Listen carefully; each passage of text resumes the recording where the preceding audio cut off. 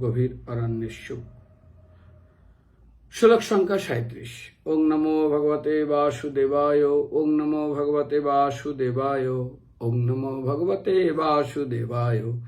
এবং বিত্ত ব্যতিসঙ্গ বিবৃত্ত বৈরবনুবন্ধ অপি পূর্ব বাসনায়া মিথ উদয়তি অথ অপবহতি। অনুবাদ শিল প্রভুপাদ কর্তৃক। জগৎগুরু শিল প্রভুপাদ কি জয়। পরস্পরের প্রতি শত্রুভাবাপন্ন হওয়া সত্ত্বেও বারবার তাদের বাসনা চরিতার্থ করার জন্য তারা বিবাহ করে। দুর্ভাগ্যবশত তাদের বিবাহ দীর্ঘস্থায়ী হয় না। বিবাহ বিচ্ছেদ ইত্যাদির দ্বারা তাদের সম্পর্ক ছিন্ন হয়। তাৎপর্য: পূর্বে উল্লেখ করা হয়েছে যে প্রতিটি বদ্ধজীবের প্রতারণা করার প্রবণতা রয়েছে। এমনকি বিবাহতেও। জড় জগতে সর্বই এই বদ্ধ জীবেরা পরস্পরের প্রতি ঈর্ষাপরায়ণ। কিছুকালের জন্য মানুষের মধ্যে বন্ধুত্ব হয়, কিন্তু অবশেষে তারা শত্রু হয়ে যায় এবং ধন সম্পত্তি নিয়ে ঝগড়া করেন। কখনো কখনো তারা বিবাহ করে এবং তারপর বিবাহ বিচ্ছেদের মাধ্যমে তাদের সম্পর্ক ছিন্ন হয়ে যায়, অর্থাৎ তাদের মিলন কখনো চিরস্থায়ী হয় না। প্রতারণা করার প্রবর্তনার ফলে উভয় পক্ষেই সর্বদা পরস্পরের প্রতি ঈর্ষাপরায়ণ থাকে। এমনকি কৃষ্ণ ভক্তির পথেও জড়জাগতিক প্রবৃত্তির প্রাধান্যের ফলে শত্রুতার সৃষ্টি হয় এবং বিচ্ছেদ হয়। এখানে ছিল প্রভুপাদের তাৎপর্য সমাপ্ত। আমরা এই শ্লোকের উপরে কিছু আলোচনা করব, কারণ প্রভুপাদ অনুবাদে বলছেন কি, পরস্পরের প্রতি শত্রু ভাবাপন্ন হওয়ার সত্ত্বেও বারবার তাদের বাসনা চরিতার্থ করার জন্য তারা বিবাহ করে। এই বিবাহ করার পরেও আজ আমরা যদি দেখি, শাস্ত্রে একটু সামান্য ভুলের জন্য শর্মিষ্ঠা, দেবযানী এবং শুক্রাচার্যের জামতা, নাম হলো সবাই জানে জয়দ্রথী মহারাজ, তাকে অভিশাপ দিয়ে তুমি বৃদ্ধ হয়ে যাও। আরে এত করে এত সুন্দর বিবাহ করে, সেই বিবাহের পূর্বে অনেক কাহিনী আছে। তোমাকে কিভাবে সে গর্তের থেকে উঠালো, সে কুয়োর থেকে উঠালো, এত কিছু করলো, আর তাকে তুমি তোমার বাবার দিয়ে অভিশাপ দিয়ে দিলে যে তুমি একদম বৃদ্ধ হয়ে যাও। ওটা না, রেণুকা কি বা এত অন্যায় করেছিলেন, তাকে বলছে যমদগ্নি যাও যাও একটু জল নিয়ে আসো। তো দেবতারা জল কালিয়েছে, দেখছেন, আরে যাও, প্রসঙ্গ লোকে কেটে ফেলো, মেরেই দিলেও ঠিক আছে, অন্যায় করতে পারে। হ্যাঁ, এইদিকে যদি বিচার করা হয়, গৌতমী ঋষি, তার স্ত্রী অহল্যা কিছু ভুল করেছে, কিন্তু তাকে বললো তুমি পাথর হয়ে যাও। সে কতদিনের জন্য, কত বছর সেই ত্রেতা যুগে রামচন্দ্র ভগবান আসলো। তারপরে আমরা দেখি শান্তনু রাজা বিবাহ করেছেন এবং আজ গঙ্গাকে বিবাহ করার পরে বলছে আমার বিরুদ্ধে তুমি কিছু বলতে পারবে না, আমি যা ইচ্ছা আমি তাই করবো। এখনকার দিনে যেটা হয়ে থাকে, যে একটু কিছু হয়ে যায় ব্যাস ছেড়ে চলে যায়। গঙ্গা বিরুদ্ধে সব সন্তানগুলো জন্মগ্রহণ করে আর ফেলে দেয়। কোথায় ফেলে দেয় না, তাকে গঙ্গায় ভাসিয়ে দেয়। যখন অষ্টম সন্তান তার ভাসাতে যাচ্ছে, সঙ্গে সঙ্গে বাধা দিয়েছে। বাধা দেওয়ার সাথে গঙ্গা চিরতরে আজ শান্তনু রাজাকে ছেড়ে চলে গেলেন। উর্বশী আজ রাজা পুরুরবার ক্ষেত্রে কি করেছিলেন? রাজা পুরুরবা তার প্রতিজ্ঞা ছিল যে তিনি তাকে কোনোদিন নির্বস্ত্রে দেখবেন না। কোনো এক ঘটনা করে একবার নির্বস্ত্রে দেখলেন, চিরতরে তাকে ছেড়ে চলে গেলেন। তো সেই জন্য বৈদিক শাস্ত্র থেকে আমরা দেখতে পাই এই বিবাহ বিচ্ছেদ কিভাবে হয়। এখনকার দিনে বিবাহ করা মানে খুব কঠিন। আমাকে একজন বলেছিলেন, বিবাহ করা আপনি কেন কঠিন বলেছিলেন? তো আমি একটা উদাহরণ দিয়েছিলাম, সাপ কোনোদিন ছুঁচোকে ধরে না। সাপ যদি ভুলক্রমে কোনোদিন ছুঁচোকে স্পর্শ করে, তো সূচোর একটা নিয়ম হলো, সাপের নিয়ম হলো, সাপ যাচ্ছে, এই সূচো যাচ্ছে, সাপ বুঝতে পারেনি, মনে করছে এটা ইঁদুর। আচ্ছা, তো সাপটা কি করেছে, ইঁদুর মনে করে ওকে গিয়ে ধরেছে। ধরে দেখে আরে এটা তো ছুঁচো। কিন্তু সাপ যদি ছুঁচোকে মুখ দিয়ে ধরে, সাপ অন্ধ হয়ে যায়। আর যদি সাপ সেই ছুঁচোকে খেয়ে নেয়, সাপ মারা যায়। তো সাপ তো বুঝতে পারে এটা ইঁদুর না, এটা ছুঁচো, ধরে ফেলেছে। করবে কি? খেলে মারা যাবে, ছেড়ে দিলে অন্ধ হয়ে যাবে। অন্ধ হলে তো সাপের মুখে কোনো ব্যাঙ তো লাফিয়ে পড়বে না, ইঁদুর তো লাফিয়ে পড়বে না, শুকিয়ে শুকিয়ে মরবে। ঠিক বর্তমান সমাজে বিবাহ ঠিক তদ্রূপ। বিবাহের আগে হয় ছেলে নইলে মেয়ে এই হোয়াটসঅ্যাপ ফেসবুকে কত বন্ধু বান্ধব করে, বন্ধু বান্ধব করার পরে তারপরে বিবাহ হয়, তার সঙ্গে তো বিবাহ হয় না, কিন্তু সে আগের সম্পর্ক বজায় রাখতে চায়। আর এদিকে স্বামী চায় না যে আগের সম্পর্ক বজায় রাখুক, কিংবা স্ত্রী চায় না আমার স্বামী আগে তার সেই গার্লফ্রেন্ডের সঙ্গে সম্পর্ক রাখুক, তারা সম্পর্ক রাখে, সময় একটু বিচ্ছেদ সমাপ্ত তাদের ভিতরে। এখন অনেক সময় হয় স্বামী চায় জন্য তার সঙ্গে ভুলে যায় স্ত্রী, কিন্তু সম্পর্ক ভুলে না। আর দ্বিতীয়ত যদি স্ত্রীর পক্ষে প্রচুর টাকা থাকে তার বাবার, কারণ এখনকার দিনে একটা মেয়ে, আর একটা মেয়ে মানে কি, বিবাহ করে বাবার কাছে যা চেয়েছে একটা সন্তান বাবা তাই দিয়েছে, কিন্তু বিবাহ পরে স্বামীর কাছে চাইবে, যদি না দিতে পারে বাবার বাড়ি চলে যাবে। তো একটা ঘটনা মনে পড়লো, বেশ কয়েকদিন আগে, কয়েক বছর আগে আমি আর বন্ধু বাড়িতে যাই। সে জয়বাতার স্বামী ছিল, গুরুমাজের সেবা করতেন, ব্রহ্মচারী। তার বাবার একটা সন্তান, বাবা অনেক তাকে বলে বলে বলে বলে বলে গুরুদেব গুরুমাজকে বলে বলে তাকে বিবাহের ব্যবস্থা করেছে, বিবাহ হয়েছে। কিন্তু বিবাহ কার সঙ্গে তার বাবা ঠিক করেছে, একটা চাকরিজীবী ছেলে, চাকরিজীবী মেয়ে, ভালো টাকা পায়। বাবার ইচ্ছা ছিল ও চাকরি করবে, তো ও যদি চাকরি করে তাহলে আমি কি করব, এই চাকরির টাকাটা মেয়ে আমার বৌমা আমাকে দিবে আর আমি আমার সংসার চালাবো। এই লোভে বাবা ওর চাকরি, এই ছেলেটার বিবাহ দিচ্ছে। সে গুরুমাদের সেবা করতো, মঠে থাকতো, কি আনন্দে ছিল। বলে বলে বলে বলে বিবাহ দেয়। বিবাহ দেওয়ার পরে তারপরে চলে যায়, বিবাহ হয়ে যায়। কিছুদিন পরে শ্বশুর বলছে তার বৌমাকে, বৌমা তুমি কত টাকা মাইনে পাও? তো বলে আমি এত টাকা মাইনে পাই, প্রত্যেক মাসের টাকা তুমি আমাকে দেবে। আরে আমার তো কিছু খরচ আছে, প্রত্যেক মাসের টাকার হিসাব আমাকে দেবে। বলে আমি কেন, আমার হিসাবের টাকা আপনাকে দিব। প্রথম দিয়ে 1 মাস দিলেন, তারপরে যখন কম দেয় বলে আমারও তো নিজের পার্সোনাল খরচ আছে। না, আমার ছেলেকে তোমার বিরুদ্ধে যা কিছু এখন সব আমার ছেলের, আর আমার ছেলে আমার সম্পূর্ণ, আমি তার দায়িত্ব, আমি তোমার সমস্ত পয়সার এখন অধিকারী। এই নিয়ে তাদের ভিতরে ঝগড়া হয়, হলে একটা সন্তান হয়। তখন সন্তানকে নিয়ে আজ এই প্রভু আর স্ত্রীর চির বিচ্ছেদ হয়ে চলে গেল। তো বর্তমান সমাজে অনেক সময় দেখা যায় কেউ যখন বিবাহ করতে চায় না, কালো মেয়ে কোনো পিতার, তো বিবাহ করতে না চাইলে তাকে সোনা দেবো, গাড়ি দিব, মোটর সাইকেল দেবো, অনেক কিছু দিব, প্রলোভন দেখায়, প্রলোভনতে বিয়ে দেয়। তারপর তো সন্তান বিবাহ হওয়ার পরে গাড়ি তো দিতে পারে না। আর এই যে বেটারি লোভে পড়ে বিয়ে করেছে একটা কালো মেয়েকে, আর তার হচ্ছে 5খানা কালো মেয়ে, এবার 5খানা মোটর সাইকেল, আগে তো পেল না, এবার তুই দে। তো এটাই হলো আজ বিশেষ করে বিবাহ, সেখানে অনেক রকম, কারণ এখনকার জন্য আবার সিটি গোল্ড উঠেছে, কোন গোল্ড দেবে কি হবে তা তো বোঝা যাবে না। তো সেই জন্য এখনকার দিনে বিবাহ বিচ্ছেদ এটা প্রতি ঘরে ঘরে। কারণ এখনকার দিনে যখন ছেলেমেয়েরা প্রেম করে, বিয়ের আগে মেয়েটা যা বলে ছেলেটা শোনে, আর ছেলেটা যা বলে মেয়েটা শোনে। বিয়ের পরে প্রথম মাসে ছেলেটা যা বলে মেয়েটা শোনে, দ্বিতীয় মাসে মেয়েটা যা বলে ছেলেটা শোনে, তৃতীয় মাসে দুইজনকে বলে, কেউ কারোরটা শোনে না, পাশের বাড়ির লোক শোনে, মানে ঝগড়া হয়। হ্যাঁ তুমি করো, তোমারটা তুমি করো, আমিও চাকরি করি, তুমি চাকরি করো, আমি কি তোমার দাস, আমি কি তোমার দাসী? আমি হতেছিলাম রাজরানী, তুমি আমাকে বানিয়েছো চাকরানি। বলে আমি হয়েছিলাম তোমার হাজব্যান্ড, তুমি আমাকে ব্যান্ড করে দিলে হাসি, সারা জীবনের মতন হাসি ব্যান্ড। এরকম করে ঝগড়া হয়। আচ্ছা, তারপরের মাসে এর বাবার বাড়ি তার বাবার মোবাইলে শুনতে হয়, তারপরের মাসে কোর্ট শোনে, তারপরের মাসে ফুট। আরে যাকে দেখার জন্য উদ্গ্রীব হয়ে থাকতে, আরে কোথায় তুমি, আমি এখানে বসে আছি, এইখানে তোমার জন্য অপেক্ষা করছি, এই করছি। আর দেখা হওয়ার সঙ্গে সঙ্গে কি তাদের মনে তৃপ্তি, আলিঙ্গন করা, কি হাসি। ঠিক ডিভোর্সের পরে যদি সামনাসামনি দেখা হয়, ওর মুখ দেখে মুখ এমনভাবে ঘুরিয়ে নেওয়ার জন্য, দুর্গন্ধ বস্তু, চিরশত্রু। কই পাখিরা, যারা পাখি তারা ডিম হয় স্বামী স্ত্রী হিসাবে, এই ডিম থেকে তারা বড় হয়, বাচ্চা হয়, সারা জীবনে ওই ডিম থেকে বড় হয়ে তারা কোনোদিন ঝগড়া করে না, কোনোদিন তাদের ডিভোর্স নেই। আর আমাদের সংসার তো না, কুরুক্ষেত্রের যুদ্ধ হয়েছিল 18 দিন, রাম রাবণের যুদ্ধ 18 দিন। তখনকার সবচেয়ে বড় যুদ্ধ ওটাই ছিল। যুদ্ধের নিয়ম ছিল সূর্য উঠলে যুদ্ধ শুরু হতো, আর সূর্য ডুবলে যুদ্ধ বন্ধ হতো, তারা সবাই এবার মেলামেশা করতো, তখন আর শত্রুতা নেই। কিন্তু বর্তমান সমাজে সংসারের যুদ্ধ ঘুম থেকে ওঠা থেকে শুরু হয়, ঘুমানোর আগ পর্যন্ত চলতে থাকে। কতদিন চলবে?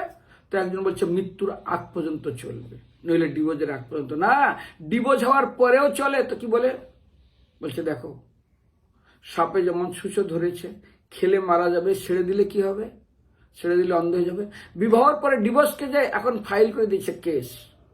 ওই স্ত্রী এর কাছে তো থাকবে না, অন্য, এখন তো মোবাইলের যুগ, ওটা বলার দরকার নেই, কার সঙ্গে ঘুরে বেড়াবে, বিবাহ করবে না। আর প্রত্যেক মাসে ছেলেটা যা ইনকাম করবে তার 50% তার কাছে দিতে হবে। তাতে যদি কোনো সন্তান হওয়ার পরে ডিভোর্স হয় তাহলে তো গেল, সমস্ত সম্পত্তিও তাকে দিতে হবে। তো না তার সঙ্গে থাকতে পারবে, আর তার সাপে সুচো ধরেছে, না গিলতে পারবে, গিলে খেলে মরবে, আর ছেড়ে দিলেও অন্ধ হয়ে যাবে। তার না সেই ডিভোর্স কেস মিটতে পারছে, আর প্রত্যেক মাসে টাকা চলে যাচ্ছে। তো এটাই বর্তমান সমাজ। আর এদিকে কুরুক্ষেত্রের যুদ্ধ 18 দিন না, কত বছর ধরে চলছে। এটা কি ধর্মক্ষেত্র না কুরুক্ষেত্র? কি করছো, সংসার ধর্ম বড় ধর্ম, কি হচ্ছে এটা? তো এই সম্পদকে কেন্দ্র করে শুধু এটা না, আজকে চিন্তা করছেন রাজা হরিশ্চন্দ্রের ক্ষেত্রে আর বিশ্বামিত্রের ক্ষেত্রে। আরে বিশ্বামিত্র স্বপ্নে দান করেছে, না দক্ষিণা দাও, তাকে এমন লাঞ্ছনা দিল এই বিশ্বামিত্র, তাকে কৃতদাস করে দিল, তবু তার প্রতিশোধ গেল না, তার সন্তানকে মেরে দিল, তার স্ত্রীকে বলি দিতে হবে। কি কঠোর পরিস্থিতি ফেলেছিলেন। আমার মাথা নিচু করবে। আচ্ছা অম্বরীশ গেছে, অম্বরীশের কাছে গেছে দুর্বাসা, তাকে দেখাবে, কি দেখাবে ভাই? একটু চরণমিত খেয়েছে, 1 বছর ধরে তিনি মথুরাতে নির্জলা একাদশী করছে, টাইমে যাচ্ছে না, স্নান করছে, মানে অকারণ হ্যারাসমেন্ট। বাহ, তুমি করেছো, কীর্তা উৎপন্ন তাকে পুড়িয়ে দেবে। এটা কি সেবার অধিকার? তোমাকে এত সুন্দর সম্মান, তোমাকে তো নিমন্ত্রণ করেনি। এত শত্রুতা কিসে? গুরু শিষ্যের শত্রুতা কলিযুগে। এখানে বলছে কৃষ্ণ ভাবনামৃত যারা এসছে তাদের ভিতরে শত্রুতা হবে। আমার মনে আছে বৃন্দাবন পঞ্চকোশী পরিক্রমায় যাবেন, দেখবেন সেখানে বিশ্রাম বট আছে। আর এই বিশ্রাম বটে সেখানে একজন বাবাজি মহারাজকে খুব ভালো রকম চিনতাম, বাঙালি। চৈতন্য মহাপ্রভু ওই বট গাছের নিচে বিশ্রাম করছিলেন যখন বৃন্দাবন পরিক্রমা করেছিলেন। তা তার এক শিষ্যের মেয়ের বিয়েতে গুরুদেবের কাছ থেকে কিছু পয়সা নিয়েছে। নেওয়ার পর গুরুদেব বলে এই তো আপনার পয়সা ফিরিয়ে দেবো, আজকে কালকে পরশু, এই করতে দিতে পারে না। গুরুদেব শিষ্যদের এনে রেখে দেবই না পয়সা। এই ঘুরাতে গুরুদেব একদিন খুব কঠোর কথা বললেন। আর যেই কঠোর কথা বলে দিয়েছে, হরে কৃষ্ণ, একদিন শিষ্য 2-1 জনকে নিয়ে এসে গুরুদেবকে রাত্রে হত্যা করে টুকরো টুকরো করে বস্তায় ভরে ব্যাস যমুনায় ফেলে দিয়েছে। ও তো কিছুই না, গুরু শিষ্য তো গৃহস্থ ভক্ত, ঠিক আছে, বিবাহ পড়লে। আমি গেছিলাম নন্দগাঁও পাবন সরোবর, যেখানে নন্দ মহারাজ স্নান করতেন, সেখানে একজন বাবাজি মহারাজ, তখন তার বয়স প্রায় 92 বছর না 95 বছর, আমি তাকে দেখেছি। তো একজন শিষ্য সেবা করে, তার একটা কাঠের এরকম একটা বাক্স ছিল, কাঠের বাক্স, ছোট, ওই কত হবে 1.5 ফুট বাই 1 ফুট উঁচু, এরকম ছোট। তো কেউ প্রণামী দিলে ওখানে একটা ছোট তালা চাবিও আছে। শিষ্য দেখে গুরুদেব এখানে কতদিন ধরে টাকা রাখছে। গুরুদেব চলে যায়, আর কয় মাস, 2-3 মাস বাঁচবে কিনা সন্দেহ। তার শরীর ধীরে ধীরে ক্ষীণ হয়ে আসছে। শিষ্য পয়সার লোভ সামলাতে পারেনি। একদিন রাত্রে শিষ্য কি করেছেন না, গুরুদেবকে ঘুমন্ত অবস্থায় গিয়ে তার মুখ চেপে ধরে গলা চাকু বসিয়ে দিয়েছে এবং শরীরে কয়েকটা জায়গায় চাকু লাগিয়ে দিয়েছে। গুরুদেব তো সমাপ্ত হয়ে গেল। এইবারে ও ওই টাকার বাক্সটা নিয়ে একটু দূরে ফেলে দিয়ে আরে আরে ডাকাত ডাকাত ডাকাত, এই সেই নকল কান্না, এই সেই, কিন্তু তার শরীর রক্তর দাগ ছিল। পুলিশ এসছে, কি বাবা এত পুরানো, এত বছর ধরে, 50-56 বছর ধরে আজ এই এখানে নন্দগায় আছে, ভজন করে। শিষ্যের কান্না দেখে পুলিশের সন্দেহ হলো, ধরলো, এই তোর গায়ে কি করে রক্ত লাগলো? না না, ডাকাত এসেছিল, এই বৃত্তান্ত, তারা কয়জন এসেছিল, কি বৃত্তান্ত? ডুপ্লিকেট নাটক আর কত সময় চলবে? তারপর মার দিয়েছে, স্বীকার করছে আমি মেরেছি। কেন মেরেছিস? ওই টাকা, আরে ভাই ও তো সামান্য একটা ছোট তালা, একটা হাতুড়ি বাড়ি মারলে তো ভেঙে যায়, আর কয়েকদিন পর তো তুই হবি। কিংবা টাকার বাক্সটা গুরুদেব ঘুমাচ্ছে, নিয়ে বাইরে গিয়ে খোল, তাকে হত্যা করে দিতে হবে। শেষ। তো চিন্তা করুন আজ জীবন কি হয়ে যায়। সনাতন গোস্বামী যাচ্ছেন, তিনি বাড়ির থেকে পালিয়ে, তার সেবক কয়েকটা স্বর্ণ মুদ্রা রাখছে। এদিকে জঙ্গলের ভিতরে দিয়ে যেতে যেতে, এখানে ভালো রাস্তায় গেলে রাজা ধরে নেবে, জঙ্গলের ভিতরে দিয়ে যেতে একটা জায়গায় উঠছে, সেখান থেকে একজন ব্যক্তি তাকে খুব আপ্যায়ন করছে, খেতে দিচ্ছে। সনাতন গোস্বামী বুদ্ধিমান, তিনি রাজমন্ত্রী ছিলেন। তার সেবক বলছে, এই তোর কাছে কোনো টাকা পয়সা আছে? বলছে না। ঠিক আছে চল, কিন্তু এত যত্ন করছে কেন? ওর সন্দেহ। যখন জোরদার করেছে, হ্যাঁ আছে, কত 7টা স্বর্ণ মুদ্রা, বলছে 6টা স্বর্ণ মুদ্রা যখন ফিরিয়ে দিলেন, ফিরিয়ে দেওয়ার পরে বলছে, আরে আরে আপনি টাকা ফিরাচ্ছেন? বলে, হ্যাঁ আমি রাস্তায় যাচ্ছি, কারণ এই দস্যু জ্যোতিষী জেনেছিলেন এদের কাছে 7খানা স্বর্ণ মুদ্রা আছে, আজকে রাত্রে দুজনকে মেরে নদীতে ফেলে দিত। তো যখন টাকাগুলো দিয়ে প্রণাম করে বলছেন আমরা খুব মহান, এই নিন টাকা। বলে, টাকা দিচ্ছেন? বলে, হ্যাঁ আমি বৃন্দাবনে যাও, টাকা কি করব? তো বলে, জানেন না আজকে রাত্রে আপনাদেরকে হত্যা করতাম, করে দেয়, আপনাদেরকে 7টা স্বর্ণ মুদ্রা আছে, 6টা ফিরিয়েছে। তো বুঝে তোর কাছে? বলে, হ্যাঁ একটা আছে। টাকাটা নিয়ে ওটাও দিয়ে দেয়, দিয়ে বলে এখান থেকে ফিরে বেরিয়ে যাও, তুমি মৃত্যুকে সাথে নিয়ে আসছো।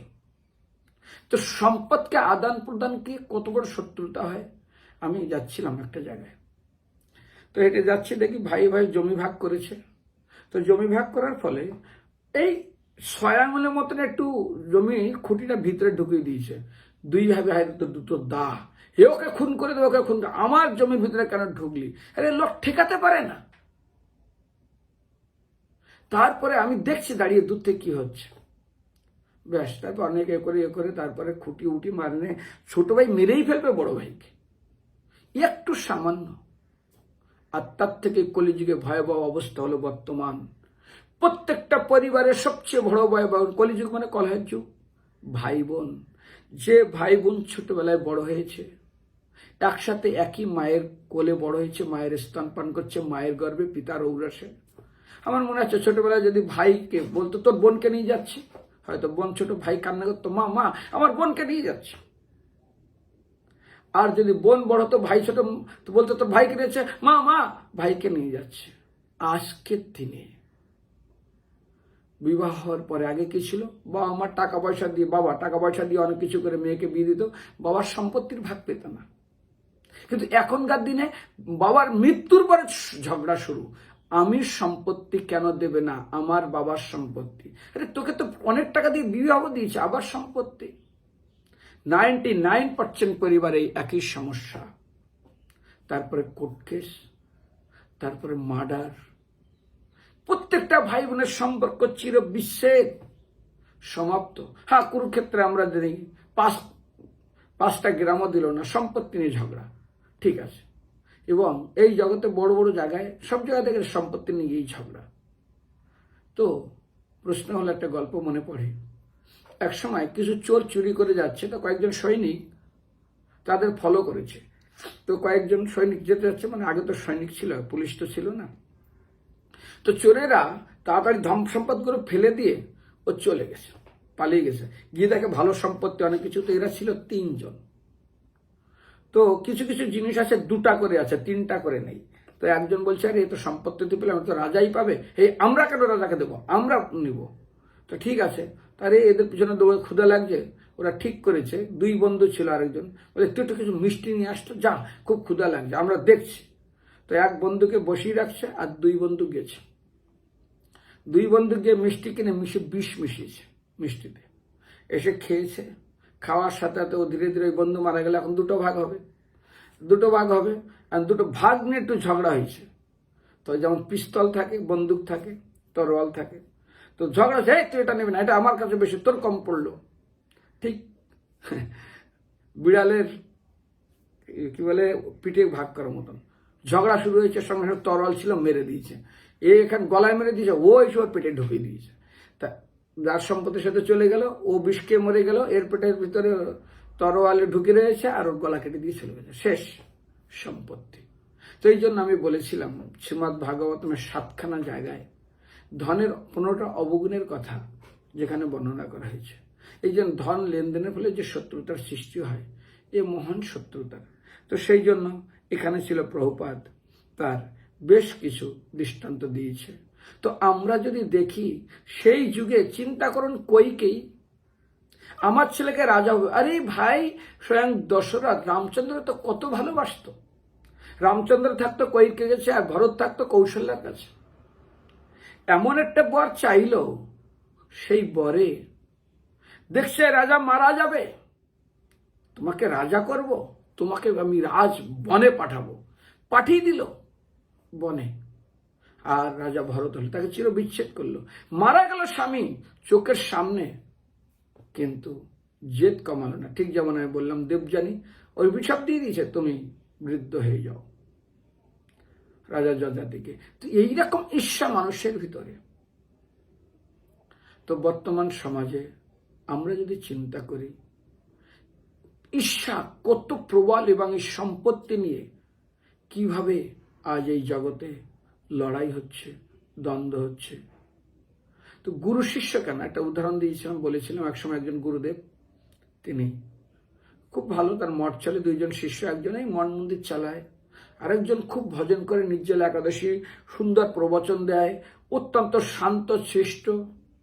তো গুরুদেব দেহ রাখবেন তার আগে তিনি একটা মিটিং করে কে তার গুরুপদ পাবে। সবাই জানে যে শান্ত শিষ্ট, ভগবত ভজন, ভালো প্রবচন দেয় এবং সবাই তাকে সম্মান করে, বৈরাগ্য সম্পূর্ণ, এই লেবার চালাও, এই করো সেই করো, এরকম কিছু না।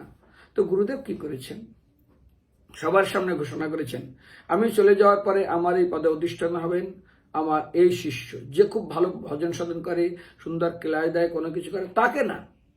আর যেই বলে দিয়েছে ওই শিষ্য বলছে, কি আমাকে গুরু করলো না? ব্যাস, গুরুদেব সারাদিন অনুষ্ঠান করে বিশ্রাম করতে গেছেন। তো জব বাকি ছিল, জব করতে করতে যেদিকে পা দেয়, হিলান দিয়ে জব করছিল, তো ওইদিকে মাথা, আর যেদিকে মাথা ওইদিকে পা, এমনি শুয়ে গেছে। শিষ্য রাত্রে বের করেছে বড় তরোয়াল, মানে এটাকে দা বলে, কাঠারি, গিয়ে মারবি না কপ, এক কোপ মেরে দিয়েছে। জানে গুরুদেবের মাথা এদিকে আছে, কিন্তু ভাগ্যচক্রে গুরুদেবের ওইদিক পা ছিল, জব করতে করতে ঘুমিয়ে গেছে। যেই দেখে পা কেটে দিয়েছে, লাইট জ্বালিয়ে দেখে, আরে তোর হাতে তরোয়াল, আপনি আমার সঙ্গে বেইমানি করছেন, অন্যায় করেছেন। আমি এত সুন্দর ভজন করি, নিষ্ঠা করি, এই করি সেই করি, আপনি আমাকে গুরুপদ না দিয়ে ওকে কেন দিয়েছেন? তখন গুরুদেবের মুখের দিকে বলছে, আরে আমি দেখছি, আমি জানি, যেমন কেউ গৃহস্থ হওয়ার পরে গৃহস্থ জীবন কত কঠিন, যেমন অনেকে আমাকে বলে। তো ব্রহ্মচারীদের যে অন্ধকে দিয়ে তো হাতি দেখানো যাবে না, কিংবা যে বন্ধা তাকে প্রসব যন্ত্রণা তো বোঝানো যাবে না। তো গুরুদেব বলছে, আমি মন্দির করেছি, আমি মন্দিরের বিষয়টা ভালো রকম জানি, এখানে কি সুবিধা কি অসুবিধা। তো আমি চেয়েছি তুমি আর এই আমার মতো ঝামেলায় পড়ো না, তুমি এই জন্মে সাধন ভজন করে ভগবানের কাছে যাও। আরে বাবা, যার মাথায় যত বোঝা সে তত কম দৌড়াতে পারবে। নদীতে সাঁতার কাটছো, নদীতে যাচ্ছ, হাতে নৌকা ডুবে গেছে, তোমার কাছে অনেক জিনিসপত্র আছে, তাতে নদীতে খরস্রোত, তুমি কি করবে? সেই জিনিসপত্রগুলো বাঁচাবে না নিজেকে বাঁচাবে? না, দেখবে জিনিসপত্র বাঁচাতে গেলে যদি নিজেকেই জলে ভেসে যেতে হয়, মরে যেতে হবে, সব ছেড়ে দেবে, নিজের কাপড় পর্যন্ত ছেড়ে দেবে, বাবা মাও যদি থাকে তাদেরও হাত ছেড়ে দেবে, সন্তান স্ত্রী থাকলে তাদেরও হাত ছেড়ে দেবে, তুমি নিজেকেই বাঁচাবে। ঠিক তদ্রূপ আমি চিন্তা করলাম, তুমি এত সুন্দর সাধন ভজন করে তুমি ভগবানের কাছে চলে যাও, এই জন্য তোমাকে গুরুপদ দেয়নি, কারণ জানি গুরুপদ কত কঠিন এবং কত ঝামেলার। তখন শিষ্য বুঝতে পারলেন। তো ঈশ্বর জিনিসটা, এই সম্পদ নিয়ে, এই পদ প্রতিষ্ঠা নিয়ে কঠিন, বলতে হয় ভক্তি সিদ্ধান্ত প্রভুপাদ 1935 সালে প্রভুপাদের সঙ্গে তিনি রাধাকুণ্ডে দেখা করেছিলেন। তো ভক্তি সিদ্ধান্ত প্রভুপাদ বলছে, জানো আমি অনেক কষ্ট করে এই সোসাইটি করেছি, আমার এই সংস্থার ভিতরে আগুন জ্বলবে, শত্রু আগুন, পদ প্রতিষ্ঠা লোভের আগুনে আমার গৌরী মঠ পুড়ে ছারখার হয়ে যাবে। ঠিক তাই হলেন। ভক্তি সিদ্ধান্ত প্রভুপাদ যেতে না যেতে 3 দিনের সমাপ্ত হয়ে গেল। স্বার্থ, দল, পদ, প্রতিষ্ঠা, এই লোভে এত বড় সংস্থা ভেঙে চুরমার হয়ে গেল।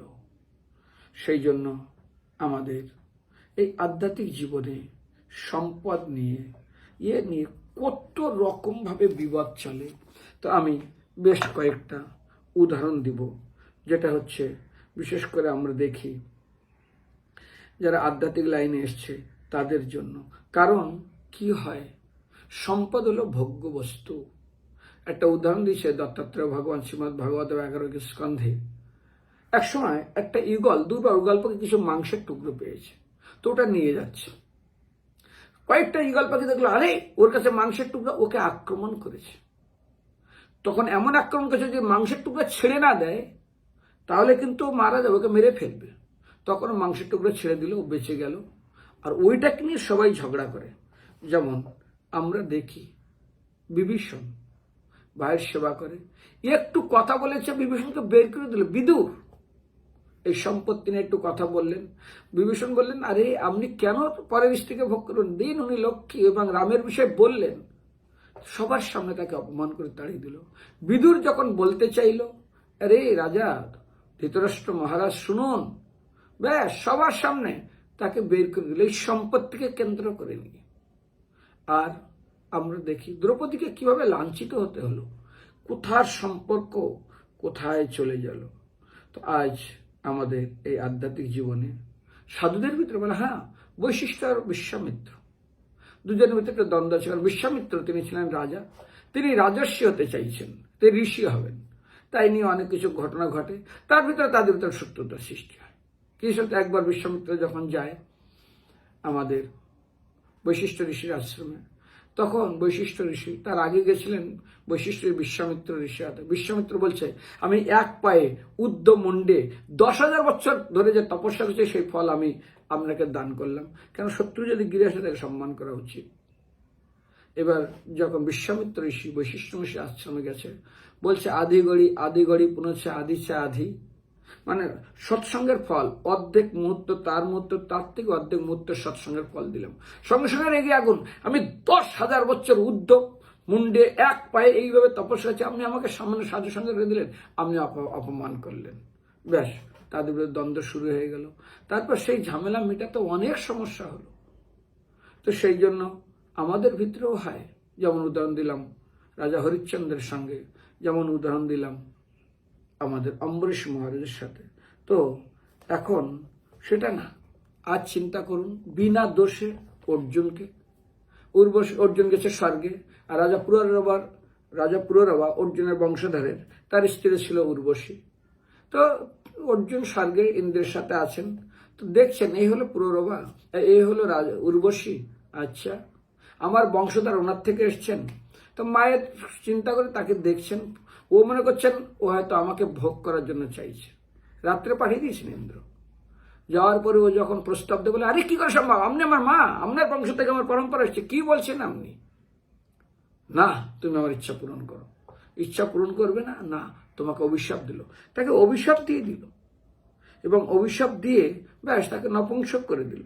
তো সেই জন্য আমাদের বিশেষ করে আধ্যাত্মিক জীবনে আমরা যারা অবস্থান করছি, দেখবেন বিশেষ করে আরেকটা ভয়, এই যে পরকীয়া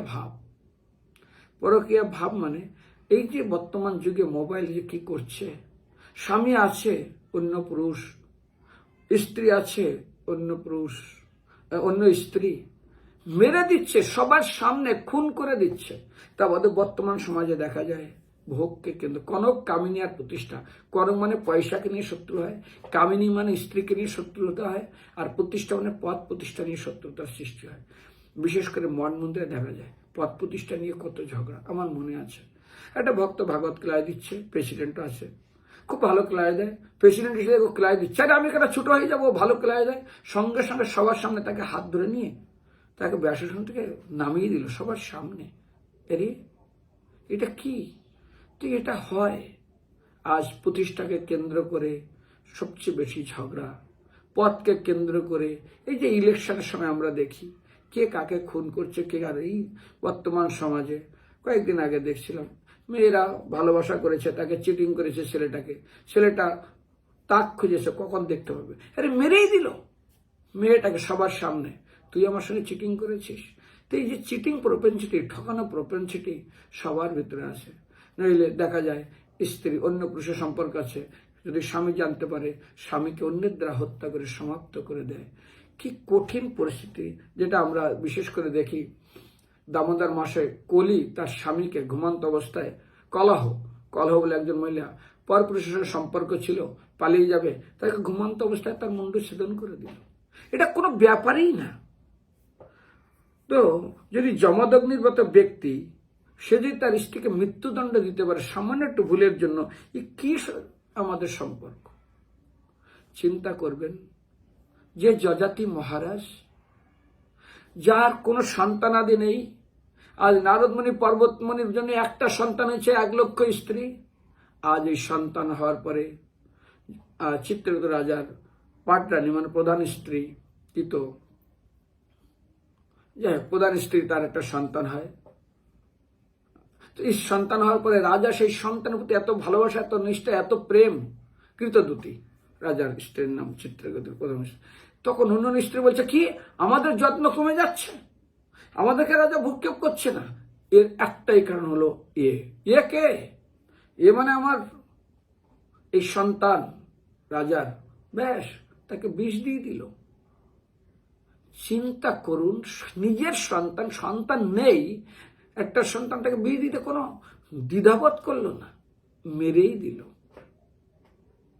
ওটা তো ছেড়ে দিন, নিজের কন্যা, অত্যন্ত প্রিয় সতী, দক্ষ রাজার সবচেয়ে ছোট কন্যা, একটু অপমানের জন্য তার কন্যা নিজে অগ্নিদাহ করে মরছে, তবু তার মনে কষ্ট হচ্ছে না। তার নিজেরই কন্যা, শত্রু, শুধু একবার প্রণাম করেনি বলে, কে? শিবজি, তার শ্বশুরকে অর্থাৎ দক্ষকে। তাকে অপমান তো করলো, তার সন্তান পুড়ে মারা যাচ্ছে, তার প্রতি তার কোনো ভ্রুক্ষেপই নেই। আজ চিন্তা করুন, কোথায় ধ্রুব মহারাজের বয়স কত? একটু বসেছে স্বামীর কোলে, বাবার কোলে, তো বসতে পারেন না সন্তান? না, কইকেই রেগে, কইকেই না, আমাদের সুরুচি রেগে আগুন, হাত ধরে নিচে নেমেছে, তুই যদি আমার গর্ভে জন্মগ্রহণ করিস তাহলে তুই কোলে বসতে পারবি না। চিন্তা করুন, কিছু বলার নেই রাজার, কোলে বসলে বাচ্চা ছেলে কি যায় আসে। তো এইরকম কঠোর শত্রুতার সৃষ্টি কাকে আমরা বোঝাবো? তো সেই জন্য এই সংসার শত্রুতায় ভরা। যেমন চিনির পুতুল হলে চিনি দিয়ে তৈরি হয়, কম্বল যেমন তৈরি হয় লোম দিয়ে, কম্বল লোম বের করতে তো কম্বল শেষ হয়ে যায়, আর চিনি জলে দিলে যেমন গলে যায়, ঠিক পুতুল গলে যায়। এই সংসার ঈর্ষা, দেশ, হিংসা, এইগুলো দিয়ে তৈরি। এরপর একটা শুনুন, এটা ভলিউম 1, ভলিউম 2। হরে কৃষ্ণ।